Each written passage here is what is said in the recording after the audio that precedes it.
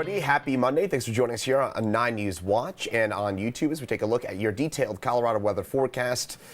And get used to it here, folks. It is going to be hot and dry and smoggy. Day number 22 in a row with an air quality alert for Denver and the Front Range. And again, this is not going away anytime soon. The good news is at least we should stay dry, especially at some of those burn scars that were hit so hard last week. Meantime, those smoggy skies certainly in place there across the Denver area. This is the view outside our doors here at 9 News at Logan and Spear, and things, again, staying on the smoggy side, and we expect it to stay that way over the next little while. So unfortunate news on that end, but the good news is we should see some drier conditions, and with that, unfortunately, that tends to increase the ozone at the surface. We do have that ground ozone, plus a little bit of wildfire smoke that is still seeping into the mid and upper levels of those skies. That's going to, by the way, lead to some of those kind of fiery red sunrises and sunsets. But most of what you're seeing, by the way, as you look outside in Denver, and the reason why you can't see the mountains, that is ground ozone. That is simple pollution. That's not really a whole lot to do with wildfire smoke. That is mainly, again, that ground ozone. Meantime, current temperatures, this will be a big story for us, especially as we get into tomorrow and Wednesday. But for today, we'll get into the 90s, currently in the upper 80s right now. A few low 90s starting to get close to it, at least in eastern Colorado, right up to 9 degrees. Grand Junction at 82. Mountains on the cooler side as usual, 70s, and even still a few 60s at this hour. Now, far southeastern Colorado, still some cloud cover in place for us, but everybody mostly on the dry side. San Juan starting to see those first showers and storms flare on up, and that's where the bulk of the action is going to be for your day today. It's going to be southwestern Colorado. Now, that is good news. That is the part of the state that needs the rainfall, though, of course, we've been dealing with some mudslide, flash flooding concerns in that part of the state.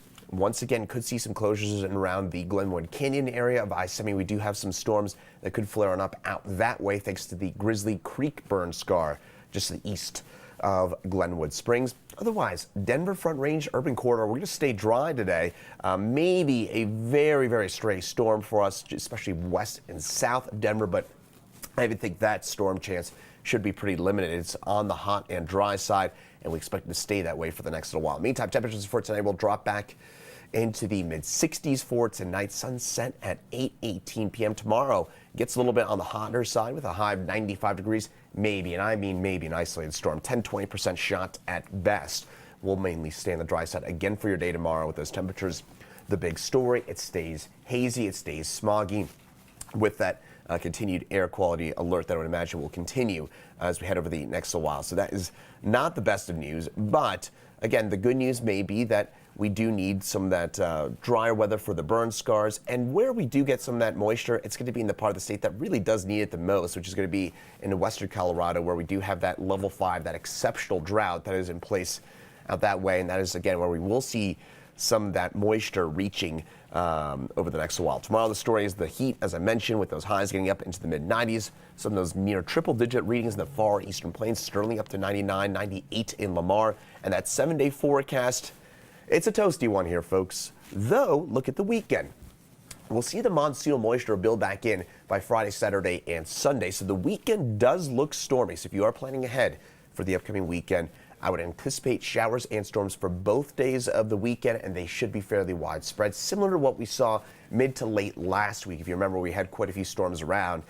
We will see that similar pattern set back up for us as we get into the upcoming weekend. Friday will gradually increase those shower and storm chances. Saturday and Sunday, we'll have some fairly widespread storms around for us, and a closer look in at the weekend where we do have showers and storms around both days and pretty decent odds of getting a storm perhaps both days this weekend. So there's a look at that overall forecast, and again, it is a hot and dry one for the next few days. Thursday, especially Friday, will bounce back those shower and storm chances and cool things back down, and the weekend does look to be a stormy one. Thanks for joining us here on 9 News Watch and on YouTube as well. Have a great rest of your day.